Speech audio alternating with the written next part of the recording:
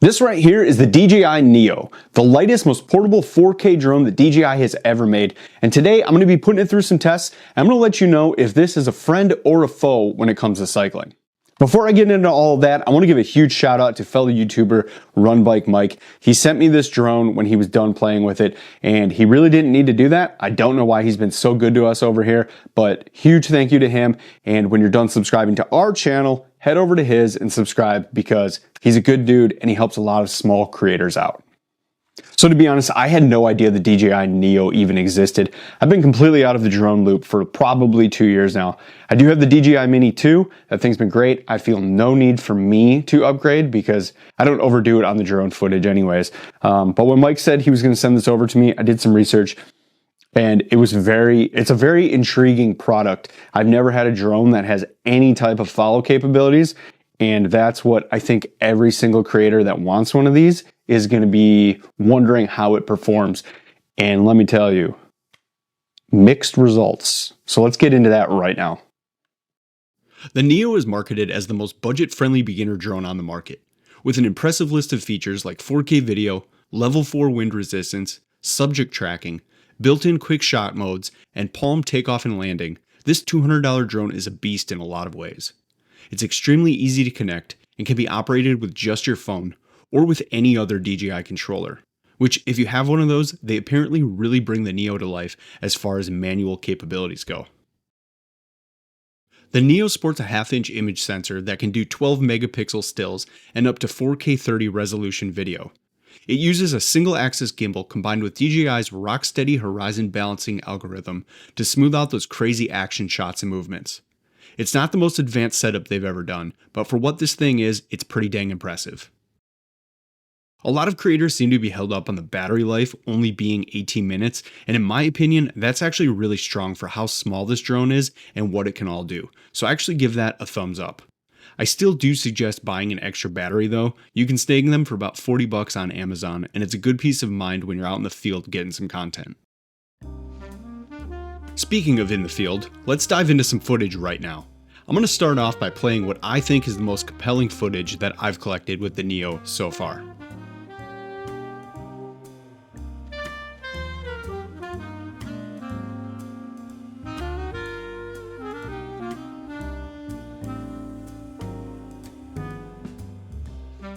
One thing I do appreciate is the ease of use. It really is an awesome product for beginners in a lot of ways. When you connect to the app, it allows you to adjust all sorts of shot parameters like follow distance and height. The setting I liked the most was height set to high and distance to medium, but unfortunately that didn't really work too well for the mountain biking footage. For that, I think the best bet is setting it to flat height and close distance.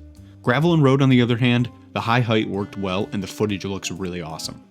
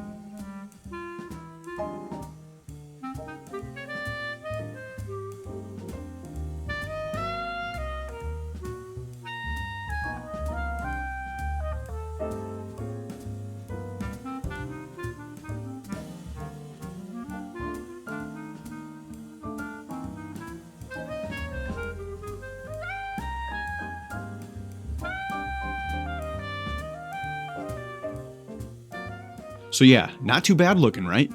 For a $200 drone, it seems to be keeping up and getting some usable footage, right? Well, not exactly.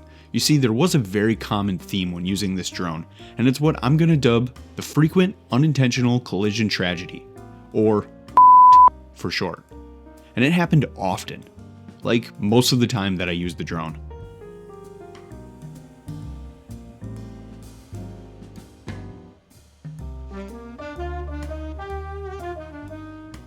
Also, if you can't already tell, I'm pedaling really slow. Not even in the ballpark of my typical trail speed. Now, I should have tried this in some more open sections, but this is just the reality of the trails around me. Very tight, very dense, and extremely boring. Lots of obstacles for the drone to navigate though. To be honest, the drone is probably having a lot more fun than I am on these trails. The whole time this thing was following me, I was just hoping that DJi comes out with an MQ-9 Reaper drone expansion pack update, so this thing can lock on properly and do some work.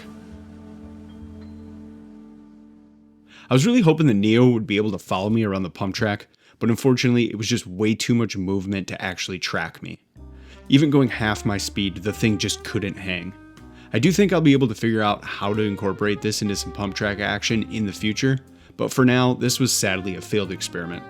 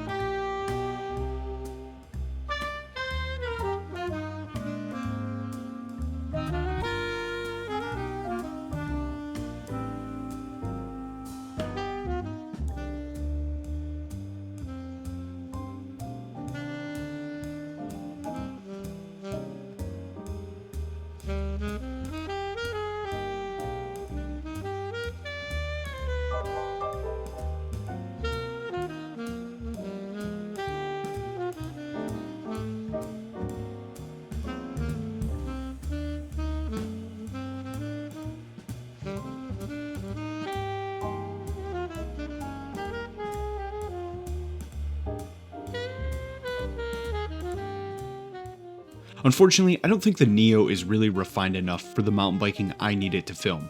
The max speed it will track is 15 miles an hour, and let's be honest, it's hard to make compelling footage at that speed unless it's super technical terrain. I don't like the idea of slowing my riding down. You're either with me or you're against me.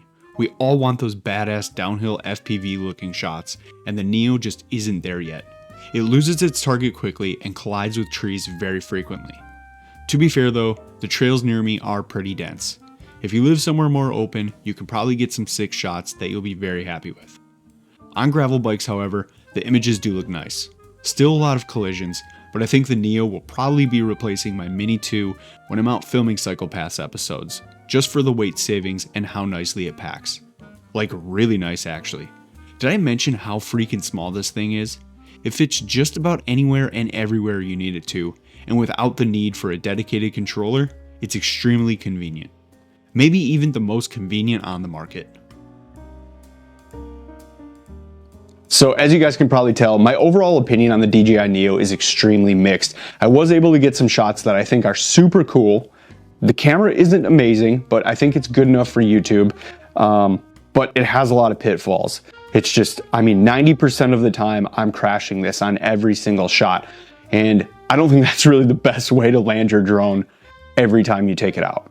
If you do get a DJi Neo, I highly suggest stocking up on propellers. I just got these from Master Air Screw. They claim to be quieter and provide a little more stability and efficiency. I don't know about that stuff. I did watch a decibel test. These did look like they were like 5 decibels quieter. So that's cool. And you can get them in colors. I got blue because that was all that was in stock. The other thing is a camera guard. I just grabbed this. It was $7 and it just clips on right over the camera like that. So when you inevitably hit something, it protects the camera. You can get both of these things for like $20. So very cheap, good peace of mind to have. I guess overall, the DJi Neo 2 is a really fun little drone. I'm just not completely sold on its mountain biking capabilities, which is a huge bummer for me.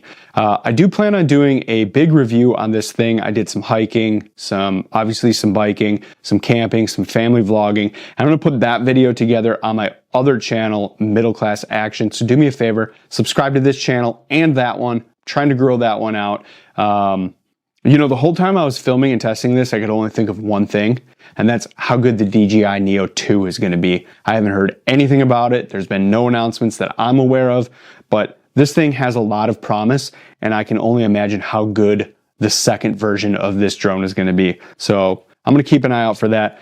Thanks for watching, guys. And if you have any questions, hit me up in the comments. I love hearing from you guys. And I'll see you next time. Peace.